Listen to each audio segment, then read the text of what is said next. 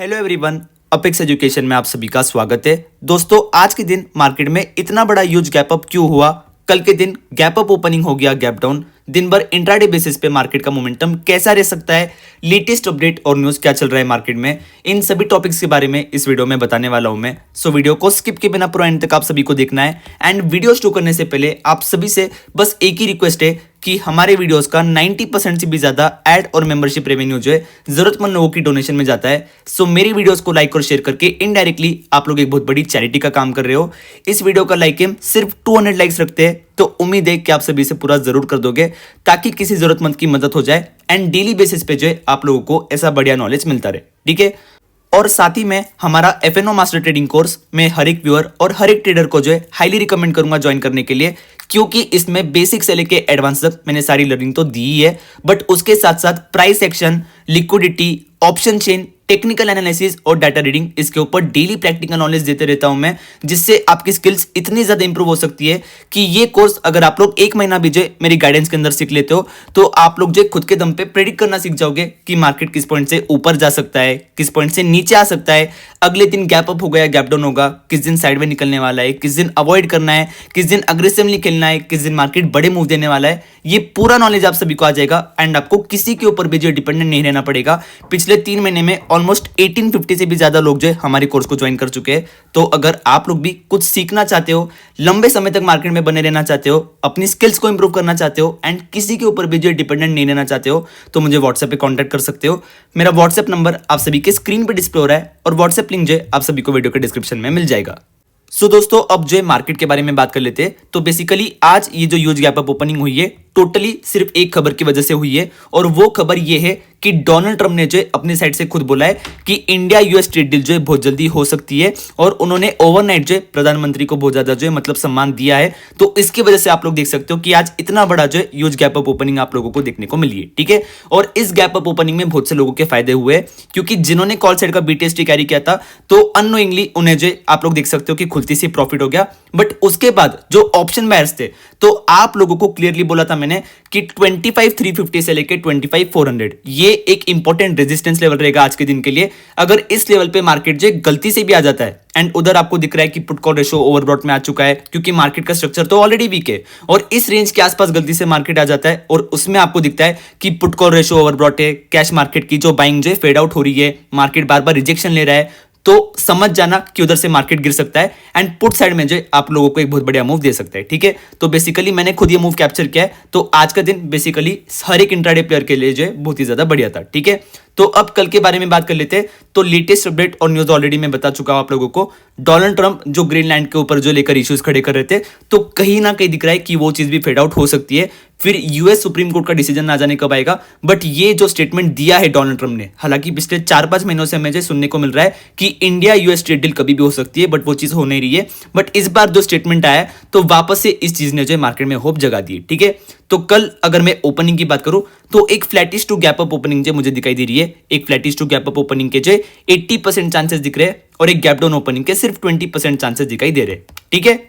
फिर पिछले एक ट्रेडिंग सेशन से जो है एक दो ट्रेडिंग सेशन से मल्टीपल टाइम्स हम लोग देख रहे हैं कि मार्केट बार बार जो है 25,100, 25,200 इन लेवल्स के आसपास से जो बार बार सपोर्ट ले रहे हैं, ठीक है। फिर आज इस रिकवरी पे पुट कॉल रेशो भले ही मतलब थोड़ा जल्दी से बढ़ा है, बट न्यूट्रल में जो पुट कॉल रेशो ने क्लोजिंग दी है, ठीक है। और ऐसा भी नहीं है कि मार्केट डे लोस के आसपास जाके बंद हुआ है, और कैश मार्केट में FIs की तरफ से इंटेंस सेलिंग थी। इस लेवल पे देखा जाए, जैसे ही निफ्टी इस लेवल पे आ गया तो निफ्टी ने बार बार सपोर्ट किया, पुट कॉल रेशो न्यूट्रल में बंद हुआ है, और एंडिंग में वापस से जो कैश मार्केट में एक बैंक देखने को मिली है, और आज एडवांस डिक्लाइन रेशियो जो है बुल्स के फेवर में बंद हुआ है, ठीक है। और ओवरनाइट देखा जाए तो सोने चांदी के भाव में भी जो गिरावट देखने को मिली है। तो कल ओपनिंग की बात करूं तो क्लियरली कह चुका हूं कि एक flattish to gap up opening हो सकती है। और अगर इंट्राडे मोमेंटम की बात करूं तो एक चीज क्लियरली कहना चाहूंगा, बाकी दिनों का तो पता नहीं, बट फ्राइडे का दिन जो है मोस्टली ऑप्शन बायर का पैसा खाने के लिए ही बना है। जब से ये वीकली एक्सपायरी का सिस्टम खत्म हुआ है, पहले क्या हुआ करता था कि मंडे को मिड कैप निफ्टी की एक्सपायरी थी, ट्यूसडे को फिर निफ्टी की, वेडनेसडे को बैंक निफ्टी की, और फ्राइडे को सेंसेक्स की हुआ करती थी, ठीक है। बट फिर इन्होंने जो पूरा आगे पीछे करके सिर्फ ट्यूसडे और थर्सडे को एक्सपायरी रखी और फ्राइडे को जो किसी भी इंडेक्स की एक्सपायरी नहीं रखी, ठीक है। तो पिछले एक साल से ऑलमोस्ट 70 to 80% ट्रेडिंग सेशन में जो है हर एक ऑप्शन बायर फ्राइडे के दिन बहुत बड़ी गलती करता है और अपना पूरा पैसा लूज कर देता है, ठीक है। एंड ऑलरेडी अगर आप लोग देखते हो तो ट्यूसडे, वेडनेसडे, थर्सडे पिछले 3 दिनों से जो है मार्केट बहुत ही ज्यादा ट्रेंडिंग निकल रहा है एंड ऑप्शन बायर का जो है बहुत ही बढ़िया पैसा बना है। तो कल के दिन सबसे बड़ी हाई पॉसिबिलिटी दिखाई दे रही है कि मार्केट लो लिक्विडिटी रहे, एकदम वोलेटाइल रहे, साइडवेज रहे एंड ऑप्शन बायर्स का जो बुरी तरह से पैसा खा जाए। ठीक है, so as a option buyer ये मेरा पर्सनल पॉइंट ऑफ व्यू बनता है कि कल के दिन मार्केट से दूर रहना बेहतर रह सकता है, क्योंकि कल high volatility, low liquidity, sideway market देखने को मिल सकता है, जिसकी वजह से ऐसा होगा कि जैसे आप कॉल का ट्रेड लोगे आपको लगेगा मार्केट पुट में जा रहा है, और जैसे ही पुट का ट्रेड लोगे आपको लगेगा मार्केट कॉल में जा रहा है। तो आप में से जितने भी ऑप्शन बायर है जिन्होंने ट्यूसडे, वेडनेसडे, थर्सडे तीनों दिन जो है एकदम जमकर पैसा कमाया है, तो कल के दिन ये मेरा पर्सनल पॉइंट ऑफ व्यू बनता है, ये मेरा फर्ज बनता है आप लोगों को बताना कि क्योंकि मार्केट बहुत ही ज्यादा बेकार निकलता है फ्राइडे का as a option buyer and already क्योंकि 3 दिन मार्केट काफी ज्यादा ट्रेंडिंग रह चुका है, तो कल के दिन काफी ज्यादा हाई पॉसिबिलिटी बन रही है कि एज अ ऑप्शन बायर आप लोगों का पैसा डूबे एंड मार्केट जो है साइडवे या वोलेटाइल निकल के आप लोगों का पूरा पैसा खा जाए। ठीक है, so as a option buyer कल के दिन मार्केट से दूर रहना बेहतर रहेगा। एंड बाकी अगर मैं जो कल के दिन भर इंट्राडे मोमेंटम की बात करूं तो निफ्टी आप लोग देख सकते हो कि 25,290 इन लेवल्स के आसपास निफ्टी ने क्लोजिंग दी है। ठीक है, सो एकदम रेजिस्टेंस के पास क्लोजिंग दिए।